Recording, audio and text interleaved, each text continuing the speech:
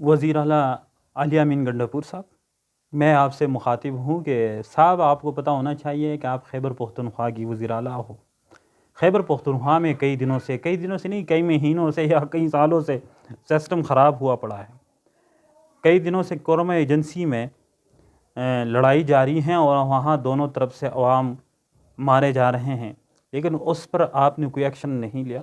پچھلے دنوں ایک دو دن پہلے وزیرستان میں ایک جانوروں کی منڈی میں آگ لگی اور بہت سارے جانور جل کر راکھ ہو گئے، اور وہاں کے عوام اس میں جن کے جانور تھے ان کا بہت سارا نقصان ہوا۔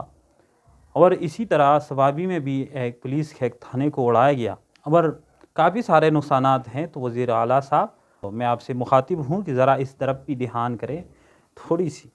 ہم آپ سے یہ نہیں پوچھتے کہ وزیر اعلیٰ صاحب وہ بٹن کا کیا بنا، جو آپ بتا رہے تھے کہ میں بٹن اگر بند کر دوں تو پتہ چلے گا کہ یہ بجلی کہاں سے آ رہی ہے، لیکن میرا خیال سے وہ تو آپ بھول گئے، یا آپ نے میرا خیال سے بٹن تو دبا دیا لیکن ابھی بھی ہمیں لائٹ نہیں ہے، کیونکہ بجلی یہاں بند ہو گئی۔ لگتا ہے آپ نے غلط بٹن دبا دیا۔ چلو وہ بات کی بات ہے، آپ کی عوام اگر بچ گئی تو پھر وہ بات کی بات ہے، وہ پوچھیں گے کہ بھائی ہمیں بجلی دے دے یا گیس دے دے۔